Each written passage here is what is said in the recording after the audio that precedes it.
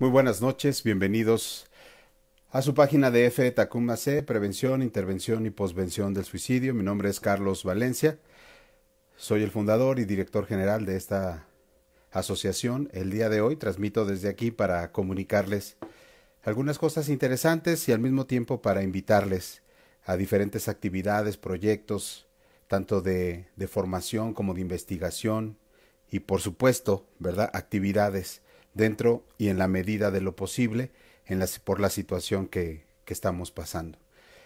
El día de hoy el tema es pensar y resentir la muerte desde una perspectiva de la relacionalidad del yo.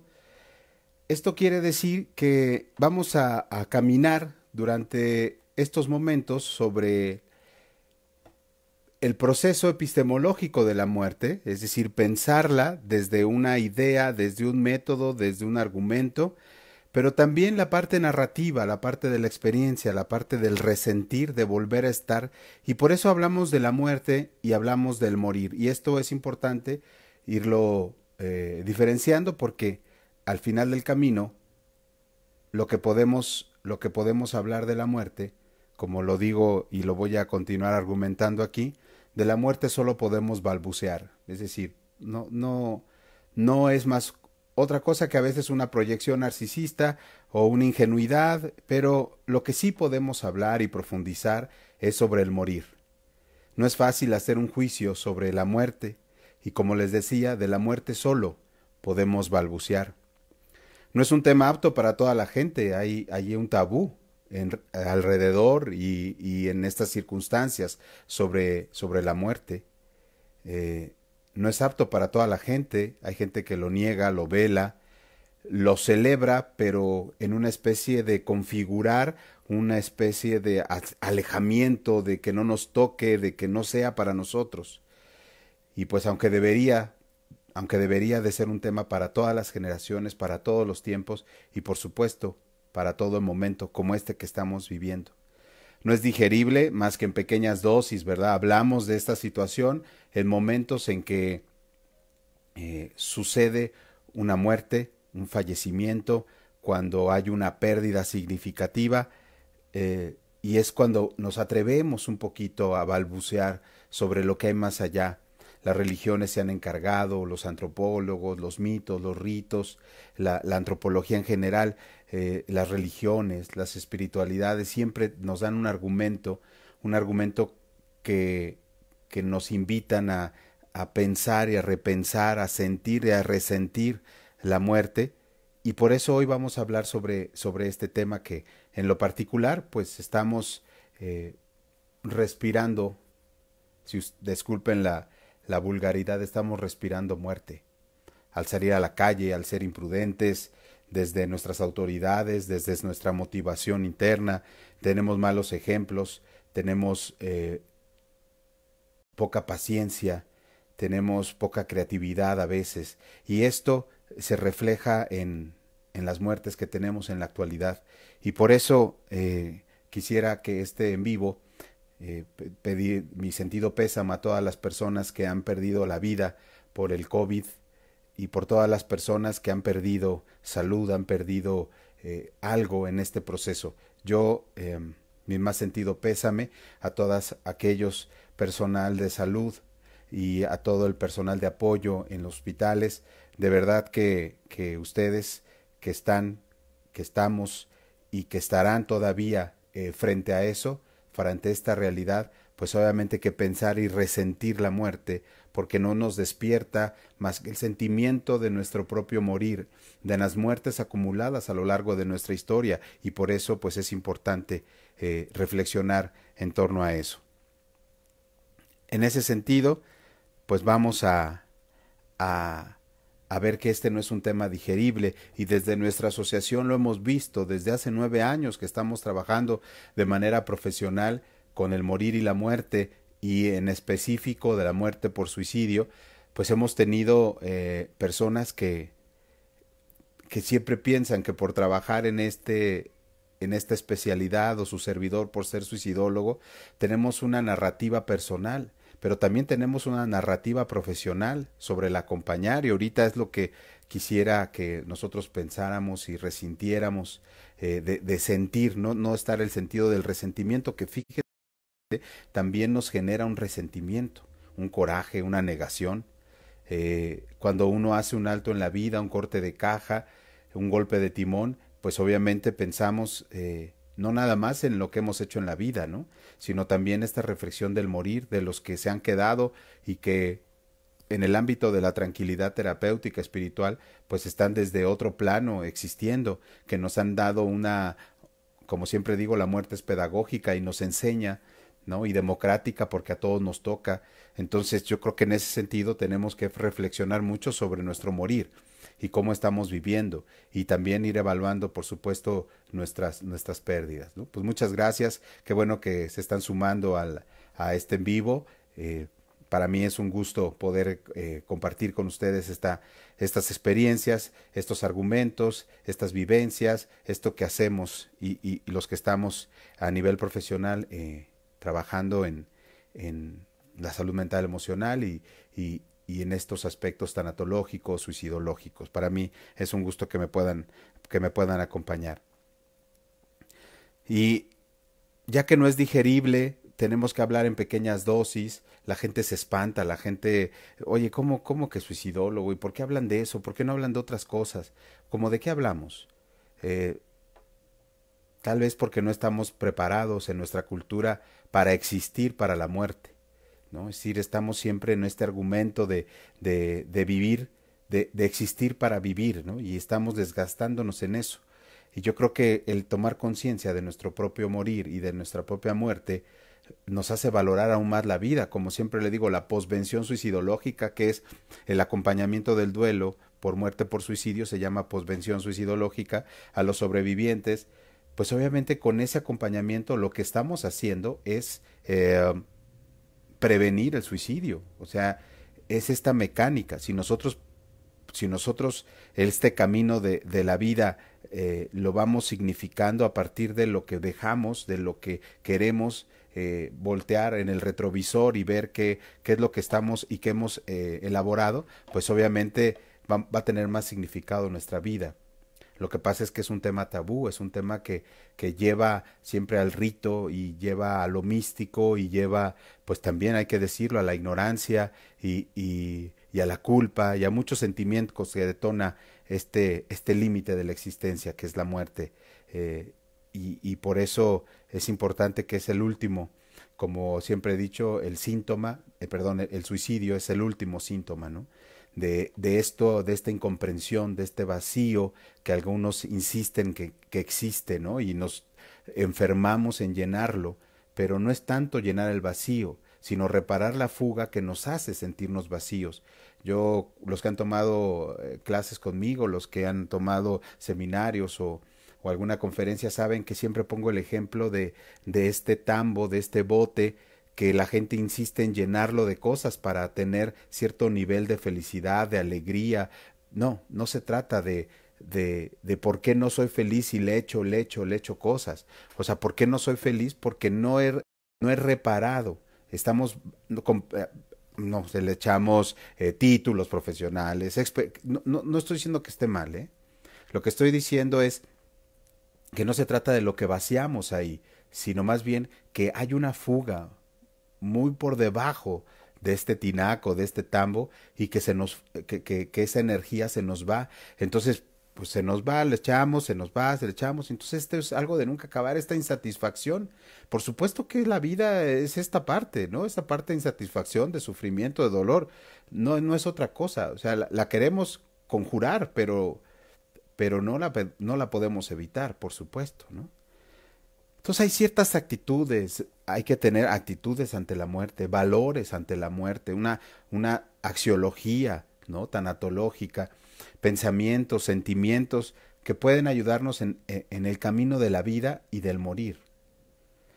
Durante siglos, y esto hablando un poquito sobre la historia perdón ustedes, hoy he hablado bastante, ¿no? Un traguito de café. Durante siglos no se ocultaba la muerte, no sé si lo han visto en el proceso de la historia, ¿no? En esta historiografía tanatológica, durante siglos no se ocultaba, no se ocultaba la muerte.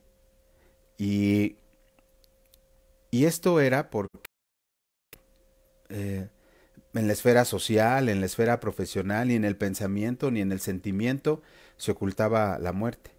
Pero hoy se ha producido en esta época, en esta época eh, moderna, contemporánea, se ha producido un vuelco y la muerte cotidiana y real, no la accidental o heroica, se ha convertido en un tabú ante el que cuesta situarse incluso a los profesionales de la salud o a las personas religiosas. Hablamos sobre aprovechar la vida y dignificar la vida y que la vida, pero es decir, ya no hay esa esfera social, espiritual, religiosa de hablar de la muerte. Para eso yo siempre les he invitado desde mi página Carlos Valencia Suicidólogo, la asociación, esta asociación FETACUM tiene un principio filosófico, está basada en la fenomenología, en la filosofía fenomenológica, y por eso siempre invitamos a las narrativas de la muerte y del morir, ya que por ser confesionales también son expiatorias, reparadoras, pero estamos en un momento cultural, aquí y ahora, que lo que hace falta son personas creyentes, testigos, personas que con su morir confiesen la verdad de un amor que nos trasciende. Hace unos días yo le pedía a una persona muy querida que nos grabara, ustedes lo pueden revisar, aquí en FETACUM está un video de Janet. Ella es una profesional de la salud y nos grabó un video. Me hizo favor, yo se lo pedí y me dice, por supuesto que sí. Y grabó un video de todo el derrotero, de toda su narrativa, desde que dio positivo al COVID-19 hasta cómo sale y se dedica otra vez a generar esta vida que se vio diezmada, amenazada por este fenómeno que estamos viviendo. Entonces, obviamente, esto es muy importante, es un desafío. Por eso insisto, yo les invito a narrar la vida, a salir de este tabú, ¿no? De este tabú que es la muerte. Para eso les invito a narrar su propia vida, a soldar nuestra propia vida, a saldar la vida, a celebrar la vida, cultivar la confianza, aceptar nuestros límites, crearlos, aceptarlos, mirar la vida en su totalidad, cultivar una soledad sonora, alentar lo central y lo sencillo, etcétera. Esto que nos hace humanos, dirían algunos, demasiado humanos, ¿no? Son relaciones a las que invito, pero que sin duda son un desafío para nuestra vida y para nuestra conciencia del morir. Las narrativas de muerte y del morir, como les decía, son confesionales, son expiatorias, pero este momento nos reta, y por eso necesitamos este tipo de narraciones como las que les decía, que nos hicieron favor de dar testimonio. Eso es lo último que he invitado en estos 2 meses, ¿no? Les invito a creer y vivir en un amor que no puede ser solamente pasto de gusanos, o terminar en un ministerio público como un sobre amarillo. La muerte es un hecho natural, y que estamos acostumbrados que en nuestra vida exista un comienzo y un fin. A pesar de eso, no le damos importancia a la existencia de la muerte, porque nos genera muchos problemas pensar en la muerte, pero si la tenemos como un tabú, como un estigma, como el fin, entonces por supuesto pensar en una teleología, en un fin de la muerte, pues obviamente nos va a generar un conflicto en el presente. Pero si pulimos y purificamos, si hacemos tanatologizamos nuestra experiencia del morir, pues obviamente que no nos va a generar conflicto pensar en eso, ni en nuestro morir ni en nuestras pérdidas, y por eso es vital e importante tomar conciencia de eso.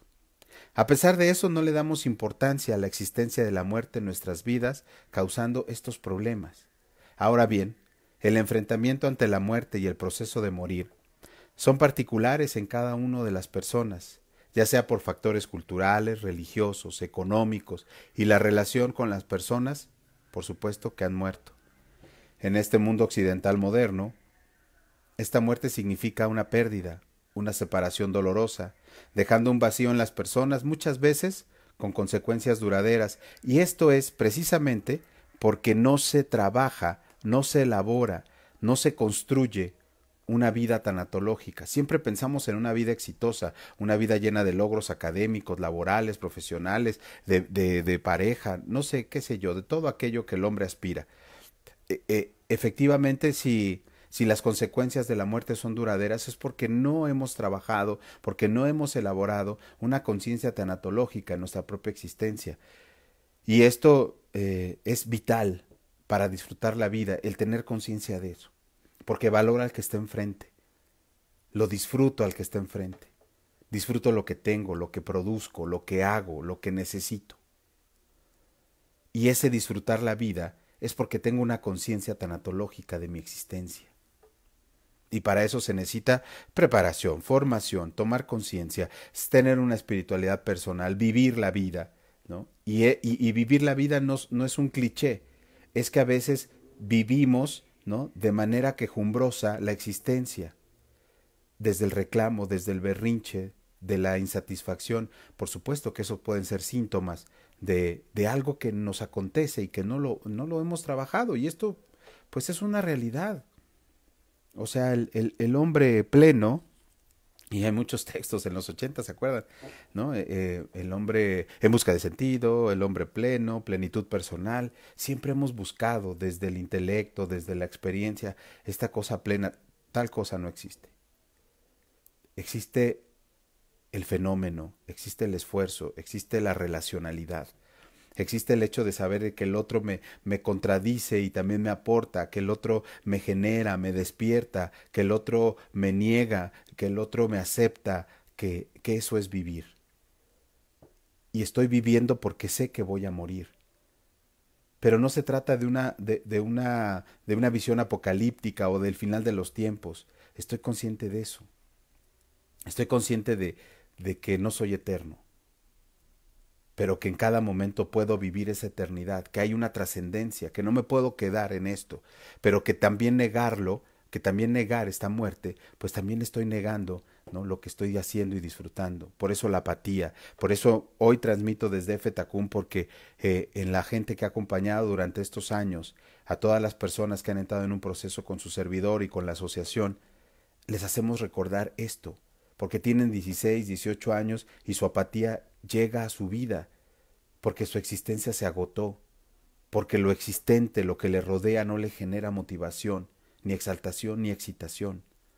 La emocionalidad plana, los discursos vacíos.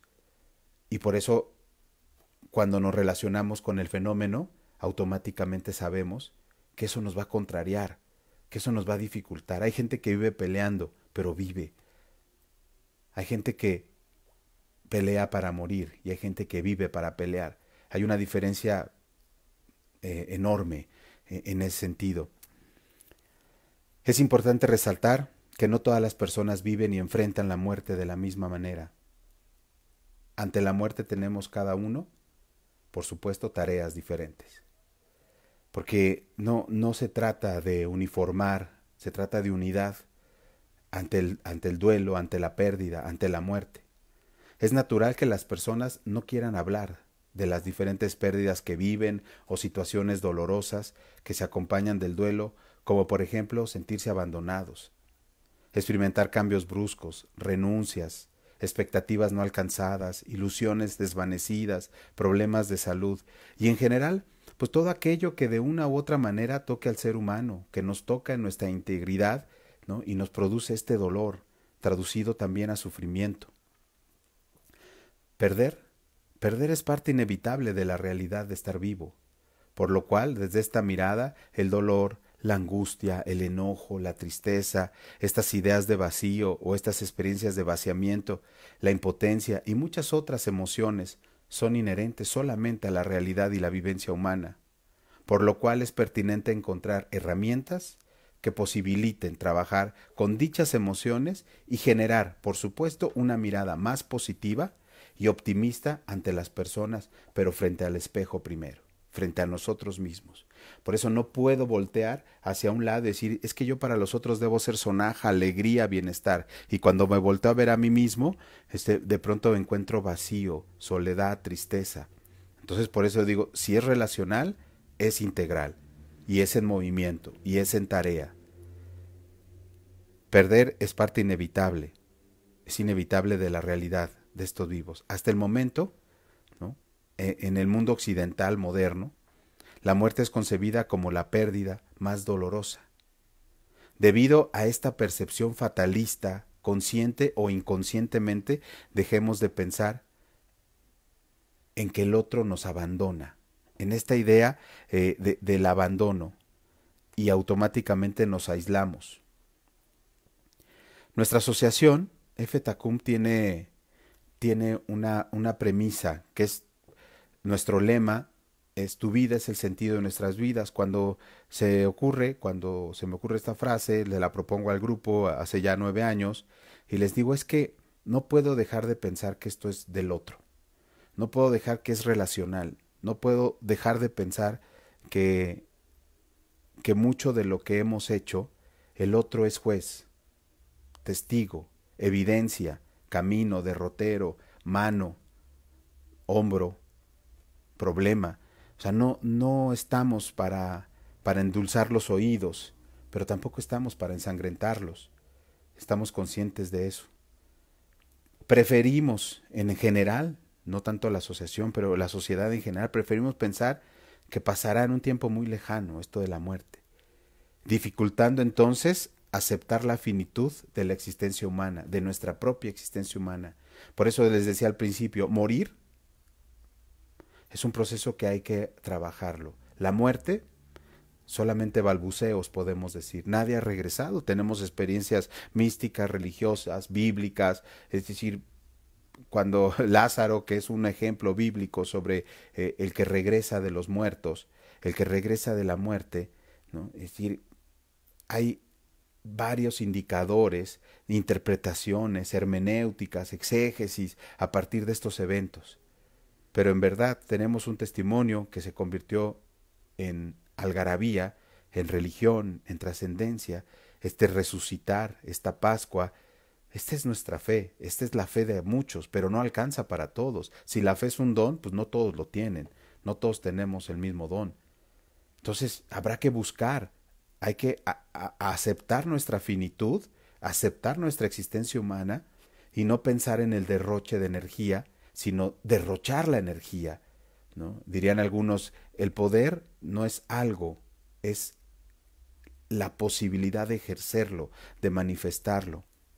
Los diferentes momentos del ciclo vital de las personas, sobre todo envejecer, la pérdida de condiciones, vínculos, personas, cuya presencia es esencial para el mantenimiento de nuestro equilibrio, ¿no? Nuestro equilibrio psíquico. Siempre necesitamos este alter, este otro, esta relación que me genere equilibrio psíquico entre nosotros, porque esta realidad alterna o esta realidad de relación son la oportunidad para lograr y pasar de un saber superficial sobre la muerte a un saber más profundo y más vivencial. Y por eso es la importancia del acompañamiento tanatológico, suicidológico. Ante la pérdida significativa, desencadena lo que se llama, o lo que ustedes, o lo que la mayoría conoce como el duelo o la posvención, que es el proceso de adaptación psíquica y psicológica ante las pérdidas, cuya resolución no significa desprenderse del objeto perdido, si de la persona que amamos, ni siquiera olvidarlo, sino ir instalando intrapsíquicamente en un lugar inolvidable. Nosotros hablamos de mente-corazón. Este proceso afecta al ser humano en todos sus aspectos. Entonces tenemos que elaborarlo de manera no sufriente porque nos afecta de manera física, nos afecta de manera psíquica, social y por supuesto también espiritual. Ahora bien, cuando el aparato psíquico, es decir, cuando nuestro ser, nuestra psique, no se encuentra preparada para una situación, o cuando la persona que no está, el objeto de pérdida, es importante en el desarrollo de nuestra persona, surge una angustia, porque esta angustia es el proceso de aceptar la incapacidad de completar dicha pérdida, es el no aceptar. Y este no aceptar me lleva a generar desequilibrios. Este sujeto como respuesta a sus deseos, la persona como respuesta a sus deseos no deja de pensar de cómo reemplazar este sujeto, a este objeto de pérdida. Entonces está pensando, y es la crisis tanatológica, es una crisis de cómo reemplazarlo, pero cómo pensar esta ausencia.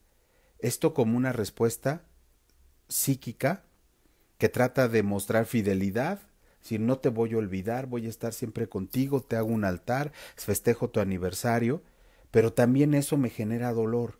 Entonces, cuando le dices a una persona, en el caso de la posvención suicidológica, cuando yo acompaño familias y me empiezan a platicar los rituales que tienen para acompañar el proceso de duelo, dejar, ¿verdad?, los instrumentos, no mover nada del cuarto o quitar todo lo que pasó, quitar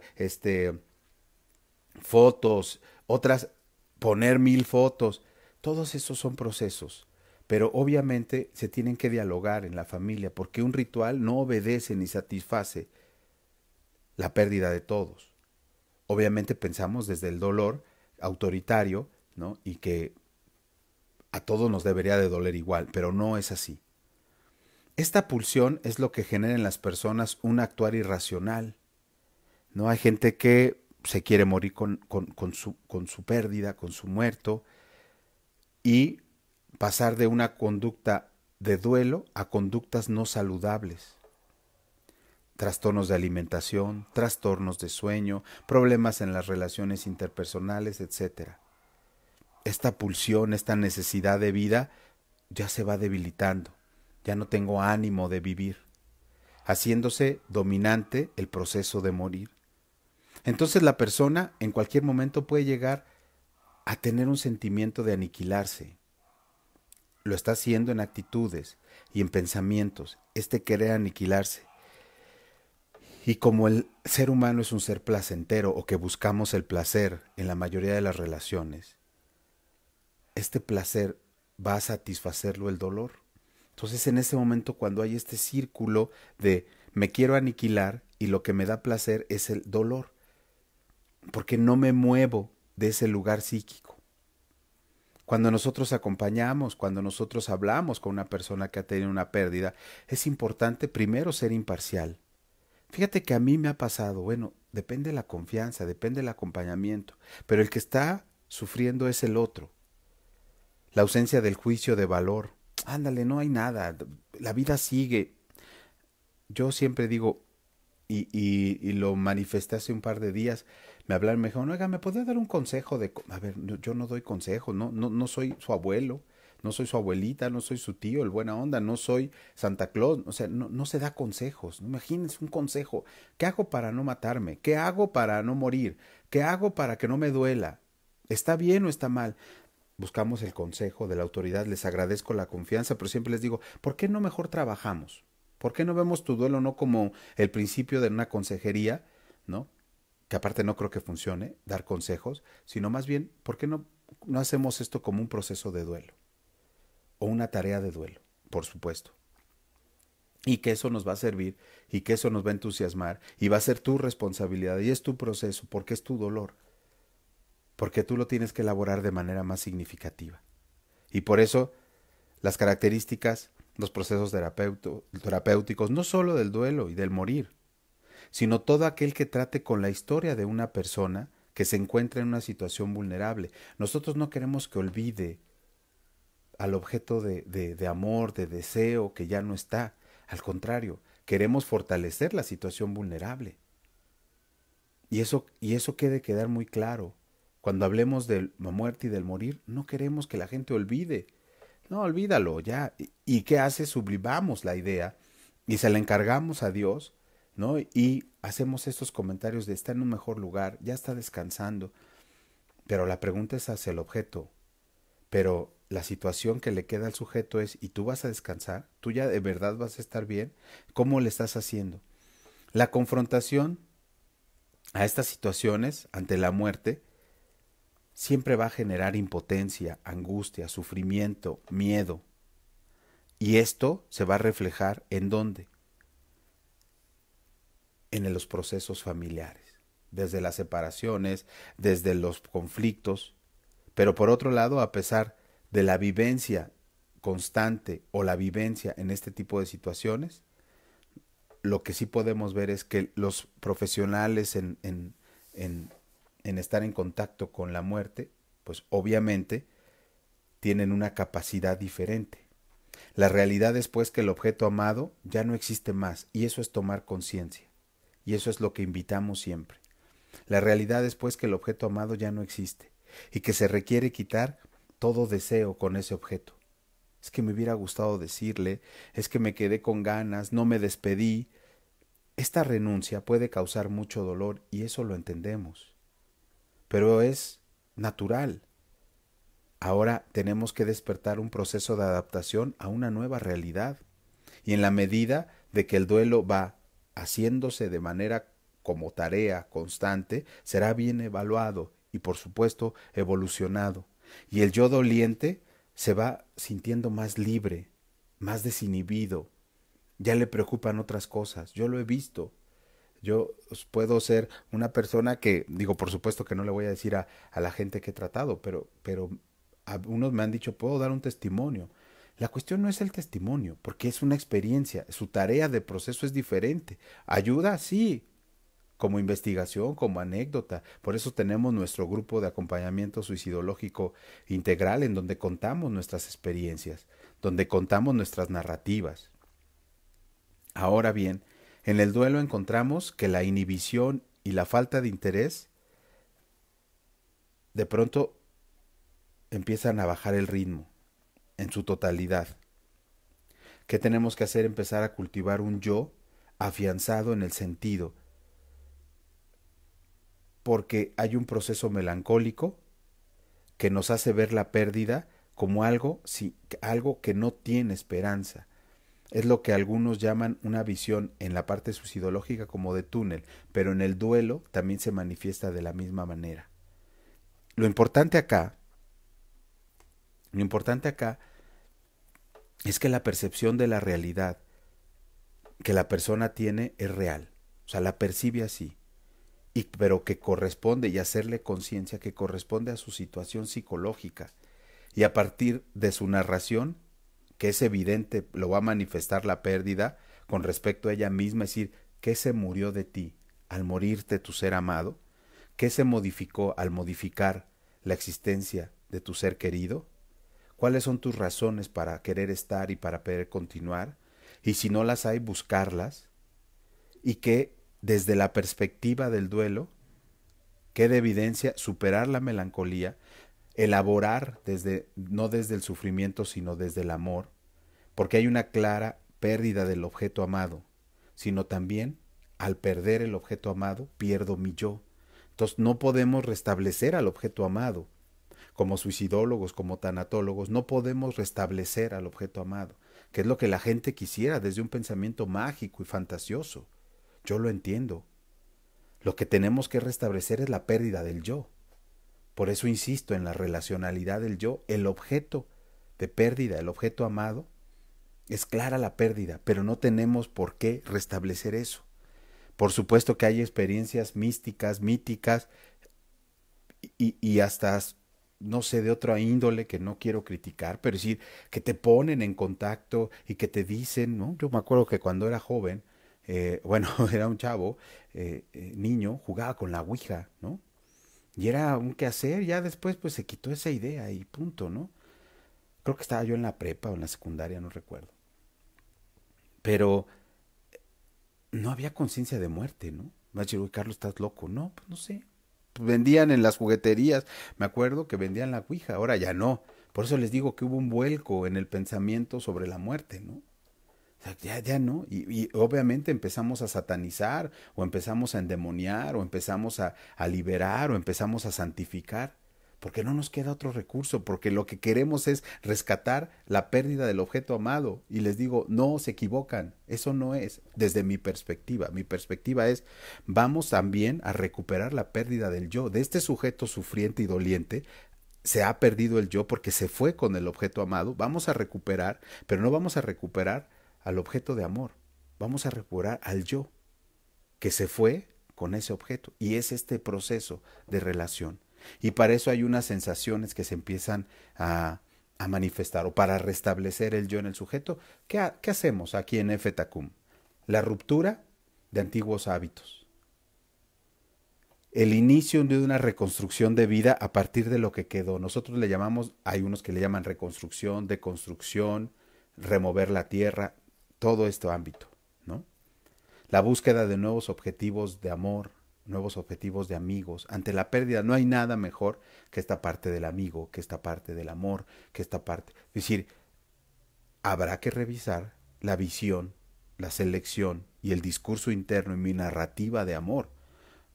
Que no sea enfermizo, que no sea tóxico, que no esté en una especie de alienación, sino hay que hacer que este proceso termine y que esta terminación nos invite, por supuesto, a hacer un reajuste. Comprender las vivencias de los procesos de muerte, el morir y el duelo, entendiendo la vivencia como las formas como experimentamos, ¿no? Todos nuestros procesos, analizar nuestros hechos y dichos a través de nuestras creencias, de nuestras percepciones y comprensiones que manifestamos a través de cómo hablamos, de los testimonios de aquellos que estamos participando. Por eso les digo, de la muerte podemos balbucear nada más, pero del morir tenemos mucho que decir y hacer, porque es una tarea. Hablar sobre la muerte, ya sea abstracta o específica, es hablar de lo que se está haciendo, pero también de lo que no se hizo, de los planes, de los sueños, de las pérdidas, del tiempo que se fue, de lo que resta aún, que es lo importante. La muerte del otro es un recuerdo de mi propia muerte, es un espejo de mi propia muerte, es una tarea de mi propia muerte. Y en eso consiste la dificultad de algunas personas en dar a aquellos que fallecen la ayuda y el afecto que necesitan. No alcanzan a despedirse porque el yo se fue con ellos. Hay que recuperar, hay que restablecer este yo.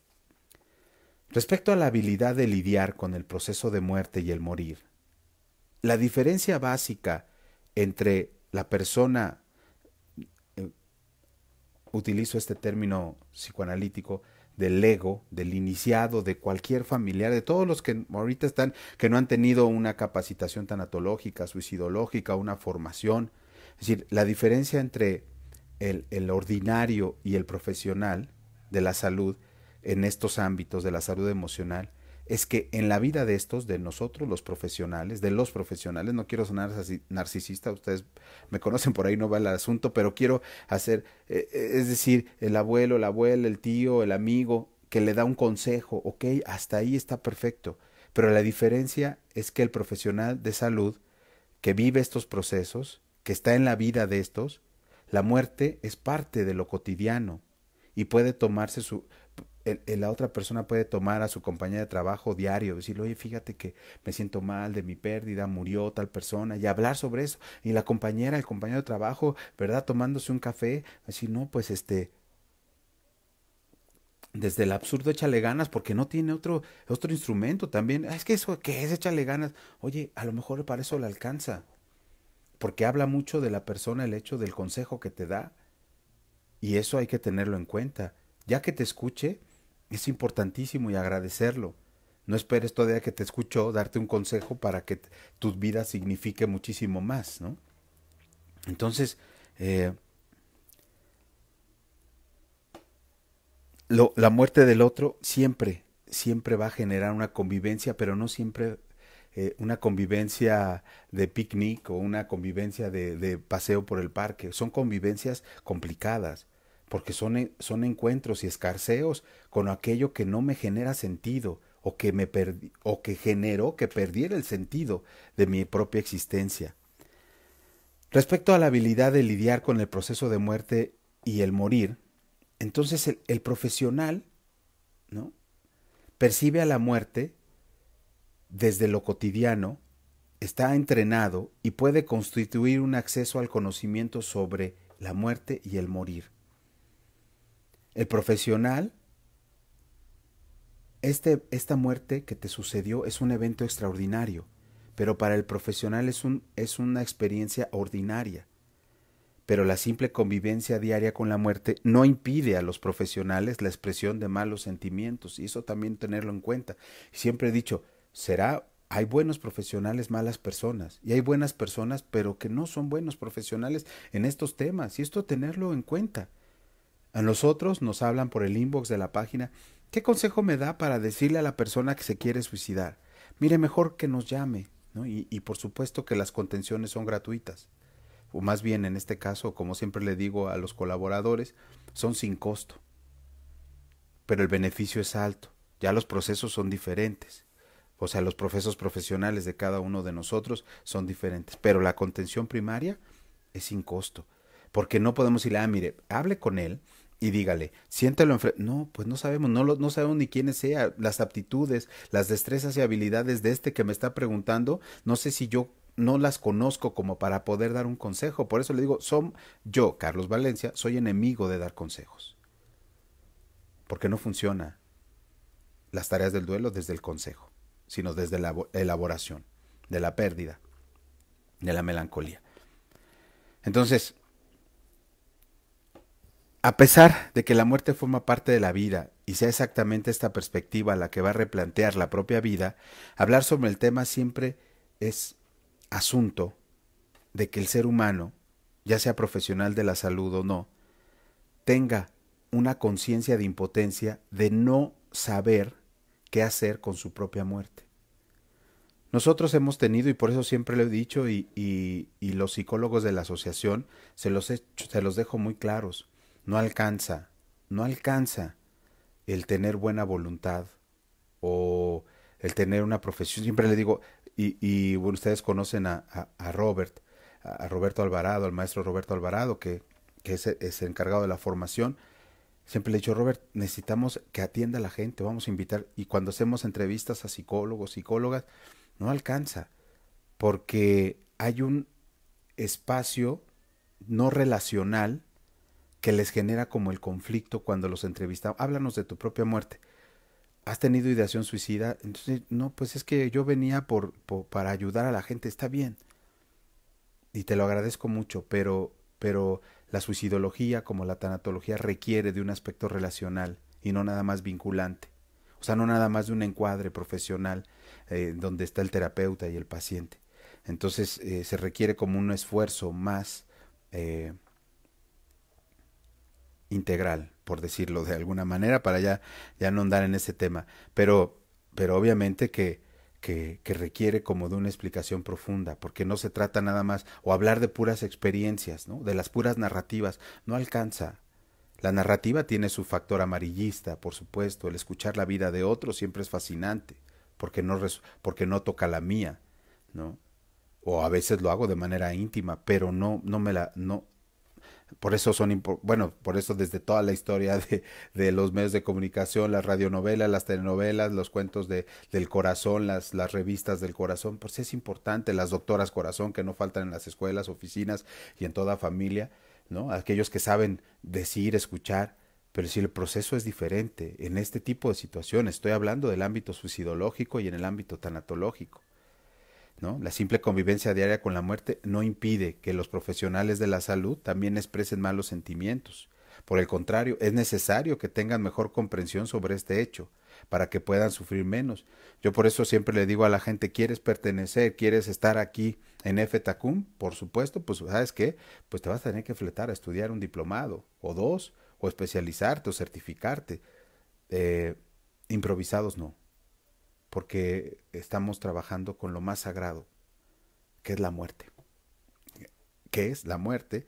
No es una pregunta. Lo más sagrado es la muerte, porque cuando la valoras, tu morir, tu vida tiene un sentido maravilloso. Reacciones ante la muerte y el proceso de morir. Vamos a ir cerrando. Se ha verificado que en el enfrentamiento de la muerte y el proceso del morir por el profesional, emergen sentimientos como impotencia, porque también nos llega angustia, sufrimiento, tristeza, miedo. Se ha observado también que hay una preocupación, una solidaridad. De pronto, oye, no puedo hacer esto, ¿no? Yo veo a la gente que acompaña aquí en FTACUM voy a acompañar a esta familia, voy a estar en el panteón con ellos, voy a tener una charla, es domingo 12 de la noche. No, hay una preocupación y una solidaridad constante en los profesionales con relación a la familia del paciente. La posvención, a la hora que sea, los que han tomado acompañamiento, psicoterapia con su servidor, les digo, aquí tenemos una sesión de 50 minutos, una vez a la semana, dos a la semana, una vez a la quincena, pero aquí 24/7, a la hora que quieras comentar, platicar. O sea, hay una preocupación profesional y una solidaridad profesional, no un paternalismo, ni generamos un vínculo dependiente, eso nos queda muy claro, muy, muy claro. Valoramos e incluimos, ¿no?, todos los contextos de cuidado en lo que el otro está en un proceso de elaboración, el otro como sujeto, como persona, claro, pero en este sentido lo digo para que estos contextos de cuidado de la persona que necesita, nosotros acompañamos.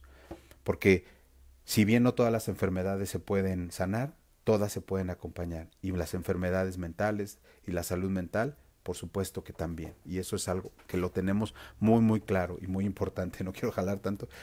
Entonces, se ha observado una contradicción en palabras de algunos profesionales, pues, a pesar de mostrarse indiferentes con la muerte del otro, mostraron también que es imposible cuidar a alguien sin involucrarnos. El modo de separar el sentimiento de lo cotidiano del trabajo consiste en una habilidad, y esta hay que desarrollarla, de reconocer nuestros propios sentimientos. A mí mucha gente me ha dicho durante muchos años, oye Carlos, ¿cómo le haces? ¿No? ¿Qué haces para? Pues muchas cosas. No, no. Hoy hablaba con uno de los fundadores, el padre Alfonso Martínez, le decía, a veces ayudamos a la gente porque somos buenos profesionales, pero no necesariamente ser buenas personas. Y da buenos resultados. Entonces dejémoslo así a esta gente. No, no queremos... a veces yo compito con estas ideas de la gente que es que necesito una persona con cierto límite, con cierto nivel de santidad para que... No, yo prefiero a alguien con buena instrucción, con buena formación, preocupado y solidario, ¿no? Porque la bondad también estorba cuando no se sabe ayudar. Oye, necesito oxígeno, ¿no? Y te doy oro. Pues por más oro que me des, Juan Comodoro, buscando agua, encontró petróleo, pero se murió de sed, dice la canción, ¿no? Entonces, en ese sentido, nosotros tenemos que estar muy conscientes de nuestro proceso y labor, de separar lo cotidiano, pero simplemente empezar a ver nuestros propios sentimientos. Y esto es algo que en algunas carreras de psicología, de pedagogía, pues no, o sea, tus sentimientos no, no, no. El mismo psicoanálisis, desde la cual soy partidario, ¿verdad? Es decir, en el encuadre lo pones y dices, ahí está, ¿no? O sea, yo no me involucro, yo no me toco el psicoanálisis ortodoxo, ni siquiera me veía el paciente. Entonces eso para nosotros tiene que modificar. Desde nuestra perspectiva suicidológica como asociación y como instituto de CAC va modificando. De este modo cabe resaltar la necesidad de construir alternativas para que los profesionales sean estimulados para discutir y comprender mejor la muerte y el proceso de morir. Esta temática debe ser más debatido en la academia, por eso nosotros tenemos nuestros diplomados, ¿no? Nuestra formación académica, nuestra formación práctica, profesional, dado énfasis en el acompañamiento, en cuestiones, cualquier cosa ligada a la emoción, de ahí nuestros talleres, en el taller de toxicidad, de ingeniería familiar, en los talleres de las narrativas suicidológicas, todas nuestras actividades están ligadas a las cuestiones de la emoción, ya que es prioridad para nosotros, para nuestra salud emocional, institucional y de servicio. Revisar nuestros conceptos sobre la existencia, porque si no lo hacemos, permaneceremos encarando la muerte de los pacientes como fracaso, impotencia y frustración. Mientras no le quitemos eso al paciente, que la muerte es fracaso, impotencia y frustración, difícilmente va a haber una elaboración. Por eso, el tema de hoy se trató pensar y resentir la muerte. Ojalá que les haya gustado el tema, a lo mejor un poquito más profundo esta vez, pero me gusta saber que no se trata de dar consejos. Por supuesto que los damos, les aconsejo de no tomar consejos. Ese sería mi primer consejo. Desde FETACUM, desde CAC, pues la muerte por suicidio es una tarea que lleva tiempo, pero no podemos dejar de insistir que es que invitamos a la gente a lidiar adecuadamente, de no perder este factor esperanza y este factor de pax, esta pax que se comunica, esta paz, y elaboramos siempre desde el amor. Sus experiencias de enamoramiento las volvemos a deconstruir. El suicidio de un ser querido es en la mayoría de los casos devastador, pero no concluyente. Nosotros por eso tenemos estrategias de afrontamiento saludables. Apoyamos cuando nos buscan y comenzamos el recorrido de la recuperación y la elaboración. Las personas que han estado durante estos 9 años en F-Tacuma C, prevención y posvención del suicidio, no ha habido una sola muerte por suicidio en el proceso desde que entran con nosotros a elaborar, a trabajar, a sentirse acompañados. Tenemos una posvención suicidológica fortalecida, tenemos una posvención suicidológica bien elaborada, bien establecida, a partir de nuestros informantes, a partir de personas que se preocuparon por hacer de manera integral, por el doctor Pérez Barrero, por el doctor Francesco Campeone, que son personas en las cuales nosotros nos hemos recargado en su investigación y también en su proceso de apoyo, de mejora. Yo les agradezco mucho este tiempo, este espacio. Nosotros estamos desarrollando nuestra área de tanatología. Nosotros acompañamos procesos de acompañamiento tanatológico, pero vamos a tener un área de tanatología integral. Vamos a dar un taller en uno de nuestros grupos, Psicología para tu alma. Ya el maestro Roberto les va a indicar cómo va a estar el asunto, pero bueno, a lo mejor ya me adelanté, pero ya lo comprometí a Robert, pero bueno, ahí vamos a estar. La parte de la posvención va caminando bastante bien. Quiero agradecer, porque sé que están aquí escuchándome, porque las estoy viendo, a lo menos sé que están conectadas, a personas que estuvieron en el diplomado. La próxima semana terminamos nuestro diplomado y los invitamos pues a todos los que nos escuchan que se metan a la segunda generación de los diplomados de tanatología y suicidología. Empezamos la primera semana de julio, lunes 6 de julio. Ojalá que el quórum esté para que ya veo que para que ustedes puedan seguirnos y puedan trabajar esta parte, ¿no? Cuando hablo de profesionales, hablo de esos, de los egresados de los diplomados, porque profesan una forma diferente, ya hay una existencia tanatológica y suicidológica, entonces, bueno, pues ojalá. Pero no me quiero despedir sin antes invitarlos a el día de lunes. Vamos a tener un webinar sin costo, por supuesto, aquí en F-Tacuma C, aspectos jurídicos y bioéticos de la muerte. Es una autoridad, el licenciado Alonso Gil Ballesteros.